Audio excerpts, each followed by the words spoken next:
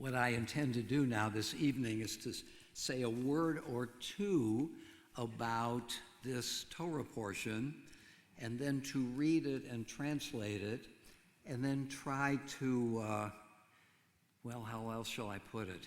Understand it. It is really one of the most controversial Torah portions. I'm referring to Chukat, beginning in Numbers chapter 19, but what I'm going to focus on tonight is chapter 20. This portion has led commentators for more than 2,500 years to burn a lot of midnight oil trying to get to the bottom of it, and still today in our day, people are wrestling with the imponderables of this portion. One of the things we might say about chapter 20 of Numbers is that death hovers over the entire chapter. At the beginning, Miriam dies. At the end, Aaron dies. Near the beginning, the people find themselves once again pulled by two forces. Moses, moving the people toward the promised land, and their desperation to find some equilibrium, to find some stability, to find something that will comfort them, namely to return to Egypt. And the people say to Moses early in this chapter, "Would that we had died with our brethren." Moses, Aaron, the people wish for death. Lastly, Moses is consigned to death in this portion for reasons that are not at all clear, but we're going to think about them in a few minutes. So this is one of the great turning points in the entire narrative of the Torah, and we'll have to try to reckon with its meaning. So it's my pleasure to welcome forward to recite the blessings for the reading of Torah, Kylie Moss, who is soon to be on her way to Israel, there to spend a wonderful year there.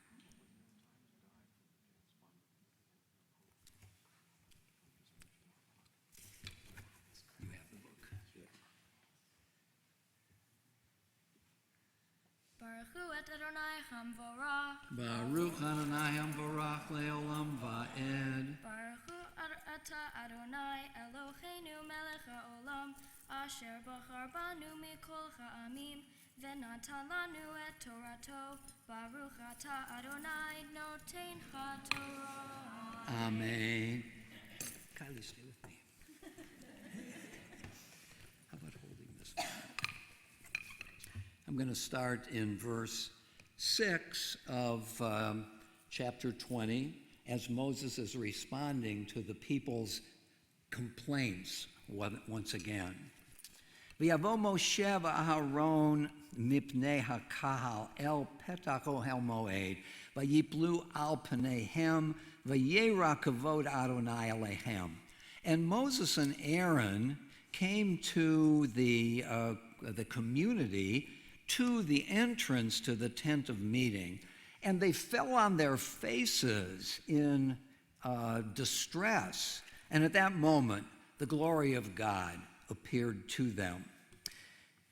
Vayidaber Adonai el Moshe lemor, and God said to Moses, Kach et hamateh v'hakel et ha'edah ata v'Aharon achicha. Take your rod, gather the people, both you and Aaron your brother, v'dibartem et hasela le'eneihem v'natan meimah v'hotzet lahem mayim min hasela. And you shall speak to the rock, God is saying to Moses, speak to the rock in the presence of the people, that it give forth water, so that you may bring water from the rock, v'hishkita et ha'edah ve'et ha'be'iram, that you may bring sufficient water to the people and to their flock.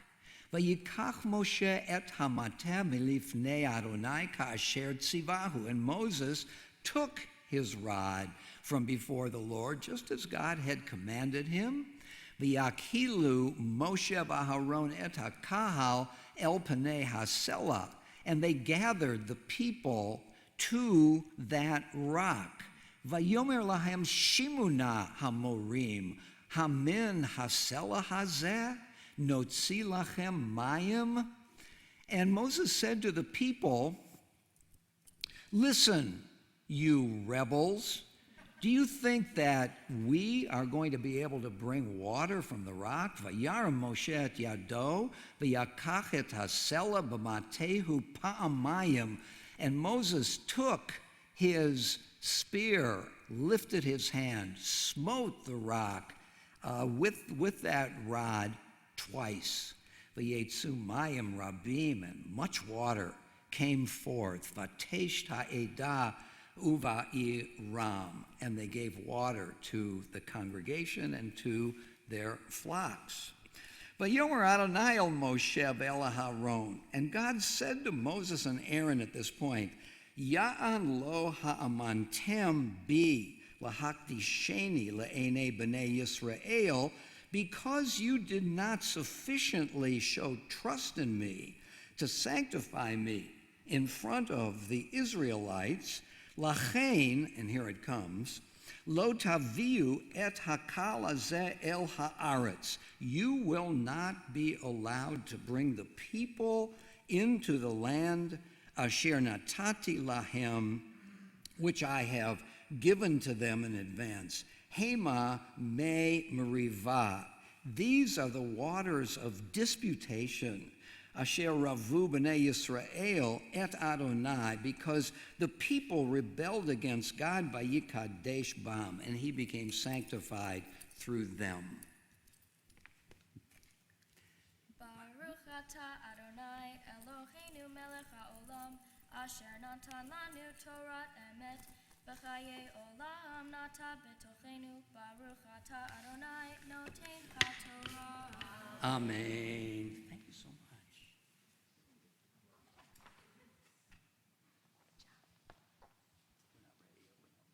Hold on.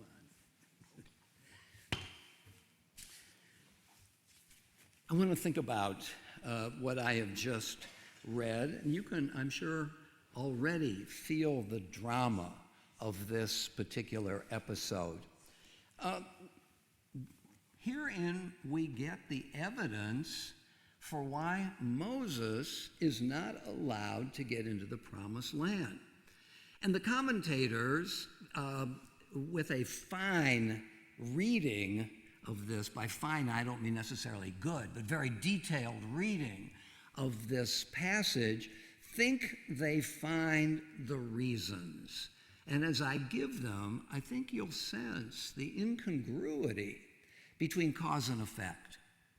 Between the effect that herein lies the verdict for Moses not getting in, over and against the cause, something Moses has done here. And I think you'll feel that incongruity. We don't see how the two go together. Why doesn't Moses get in? Here are the reasons that the sages bring. Because he hit the rock. Moses said, speak to the rock. And Moses hit the rock. Now really, is that such a problem? Speaking to the rock and hitting the rock. If either brings forth water, that's a miracle. And we can test it by taking our own spears and going out and hitting a rock and see whether or not it yields water.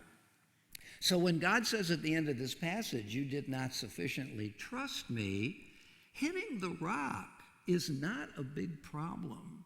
As a matter of fact, way back in the book of Exodus, before Mount Sinai, God had told Moses to hit the rock.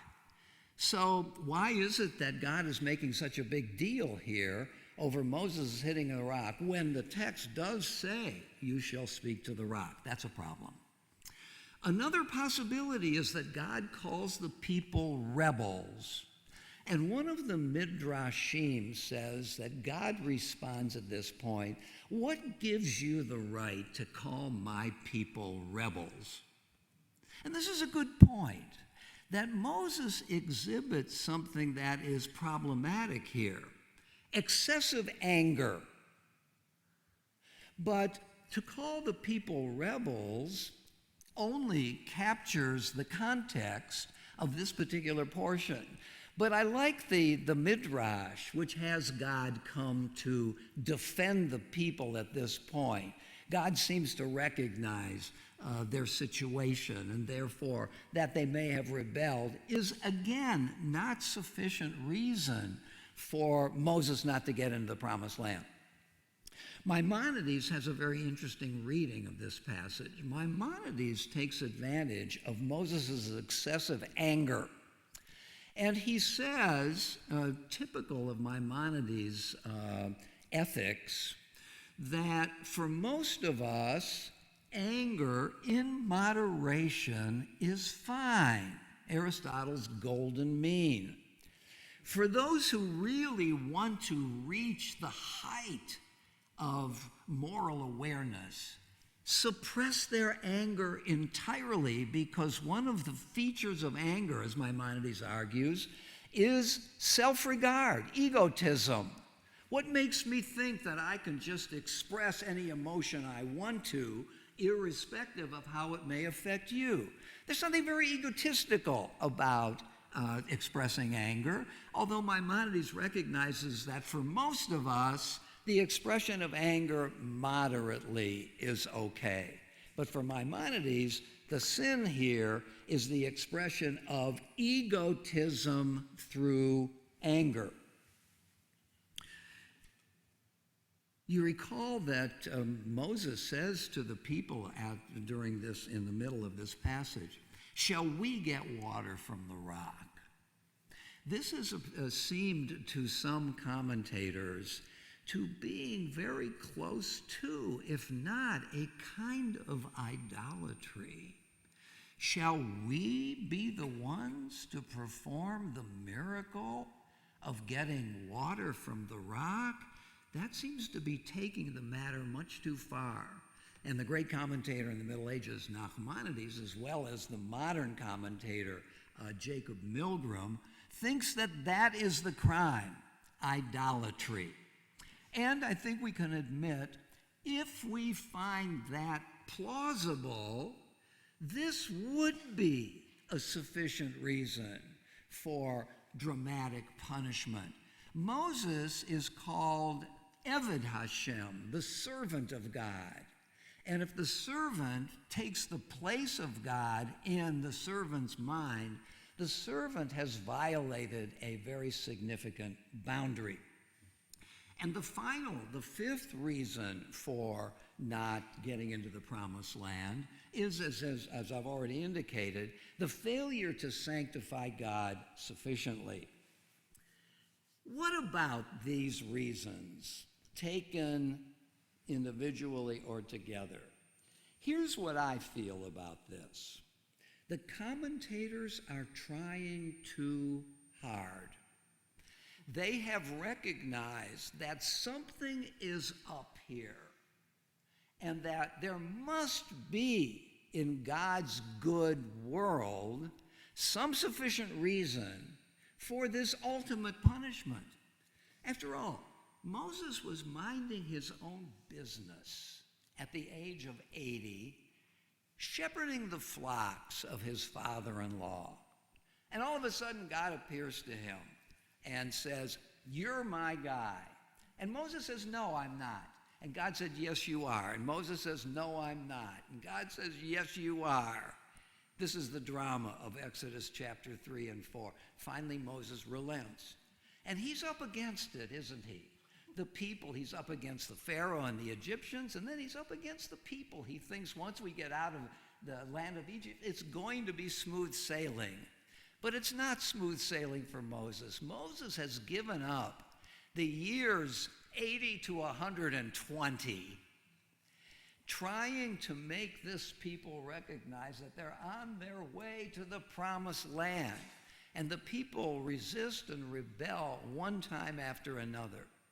Why does Moses not deserve to see the fulfillment of the arc of these 40 years? The arc would go like this. Here's the arc for Moses now. And that seems desperately unfair. So we are still confronted with this issue, and I want to read to you a couple of more modern interpretations and see whether you think there's power here. First of all, I do want to read an amazing poem by Emily Dickinson. And in this poem, she mentions two early Christian leaders, Stephen, who was the first martyr, and St. Paul. We don't know exactly how St. Paul died, but tradition has suggested that he too was martyred. And Emily Dickinson talks about their deaths. And here's her poem. It always felt to me a wrong, to that old Moses done, to let him see the Canaan without the entering. And though in soberer moments no Moses there can be, I'm satisfied the romance in point of injury. The romance in point of injury surpasses sharper stated of Stephen or of Paul, for these were only put to death, while God's adroiter will on Moses seemed to fasten, and here come amazing lines, seemed to fasten with tantalizing play, as boy should deal with lesser boy, to provability. The fault was doubtless Israel's. Myself had banned the tribes and ushered grand old Moses in Pentateuchal robes upon the broad possession. 'Twas little, but entitled him to see, old man on Nebo, late as this, my justice bleeds for thee. What a poem. I want to read to you a passage by Aaron Wildowski in his book with an interesting title, The Nursing Father, Moses as Political Leader. When Moses says that he does not get to go to Canaan because the Lord was angry with me for your sakes, he is saying that it would not be good for the people if the leader who had taught them how to assume self-government were to deny it to them by his perpetual presence. Moses, the eternal teacher, would then instead be Moses, the permanent master. What Moses teaches in Deuteronomy is not just law, but institutions for the transmission of law, continuity of leadership to make the law effective. It is better for the people that Moses die physically than that his character be assassinated morally. And this is a very interesting comment, which has very little to do with the passage in the Torah. And what Wildowski is suggesting is the Torah is covering up deeper reasons and trying, without full success, to get a pass on understanding. And finally, I want to read to you a brief comment by Franz Kafka in his diaries. And this is the diary entry for October 19th, 1921. October 19th, the essence of the wandering in the wilderness. A man who leads his people along this way with a shred more is unthinkable of consciousness of what is happening. He is on the track of Canaan all his life. It is incredible that he should see the land only when on the verge of death. This dying vision of it can only be intended to illustrate how incomplete a moment is a human life. Incomplete because a life like this could last forever and still be nothing but a moment. Moses fails to enter Canaan not because his life is too short, but because it's a human life. Don't you love that? That Moses here, according to Kafka, exemplifies something fundamental and something that we would wish away, that all lives are but a moment. We come into the world at a moment and we leave the world. And so in this sense, the Torah thinks that Moses is punished and wants to moralize the reasons for his not getting in, while Kafka thinks that is just a screen, just a mask over something that is perennial apart. And in this sense, Moses is a leader in the sense that he exemplifies, mirrors what is fundamental about even the greatest of lives. We can accomplish much, but there are limits to what we are able to do. Or as I like to put it, finally, our to-do list is going to remain incomplete. We're not going to be able to check all of the boxes. So these are just a few musings by me and by some commentators on the meaning of this pivotal but fundamentally mysterious passage. And maybe, in fact, an ultimate lesson here is that life, for all of our capacity to understand it and to guide our lives, is fundamentally a mystery. Abraham Joshua Heschel says that behind the mystery of our lives lies meaning, but beyond the meaning lies mystery. We can understand much, but not everything.